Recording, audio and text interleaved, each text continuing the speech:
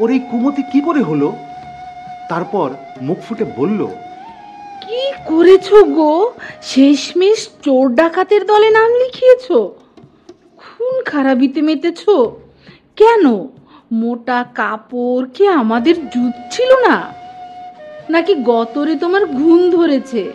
হায় আল্লাহ, এ কি করলে তুমি? আমার দুধের বাচ্চারা এবার না খেতে পেয়ে মরবে যে। এত পাপ কি সইবে ভেবেছো? কতকাল তুমি মানুষের চোখে ধুলো দিয়ে থাকতে পারবে? কাজীর চোখকে ফাঁকি দিয়ে থাকতে পারবে? সুলতানের নজর এড়াবে কি করে? কি করে? বলে আলীবাবার বিবি কপাল চাপড়াতে থাকে। আলীবাবাও বিবির মুখের উপরে বলে, কি আবল তাবল বকবক করছো? আগে বস্তাগুলো সামলাও, তারপর কথা। এমন অলক্ষণী জিনিসপত্র ঘরে আনলে কেন তুমি? এত পাপ কি সইবে মনে করেছো? আমার বাল বাচ্চাদের অমঙ্গল হবে যে। না না না, তুমি আমার কথা শুনো। এগুলো আবার গাধার পিঠে চাপিয়ে বাড়ির বাইরে কোথাও নিয়ে গিয়ে ফেলে দিয়ে এসো। আমি তোমার দুটো পায়ে ধরছি, আমার মিনতিটুকু রাখো, দোহাই তোমার।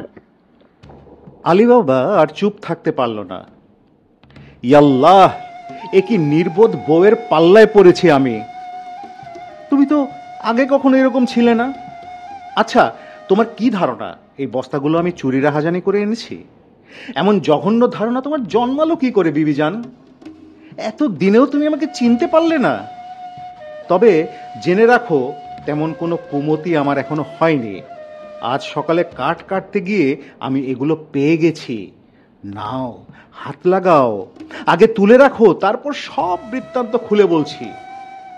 নাও, আর খুশি মনে আমার দিকে তাকাও, খোদার শকর করো। ঘরের মেঝে মাদুর বিছিয়ে বস্তাগুলো একে একে সব ঢেলে দিল আলীবাবা। তারপর সেই সোনার মোহরের টিলায় বসে গর্বে বুক ফুলিয়ে ওই ভয়ে ভীতি করা আবিষ্কারের কাহিনী সবিস্তারে বলল তার বিবিকে।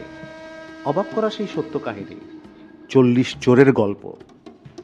অবাক হয়ে শুনল তার বিবি। শুনে তার মন থেকে ভয়ের কুয়াশা কেটে গেল, খুশিতে ডগমগ হয়ে উঠল। সেই খুশির কোনো সীমা পরিসীমা নেই।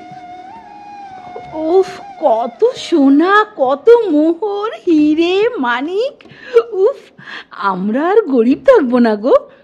আমাদের বাল বাচ্চারা কষ্টে পড়বে না, খুব খুব বড়লোক হয়ে যাব, তাই না? খোদা মেহেরবান। দেখো, সৎ পথে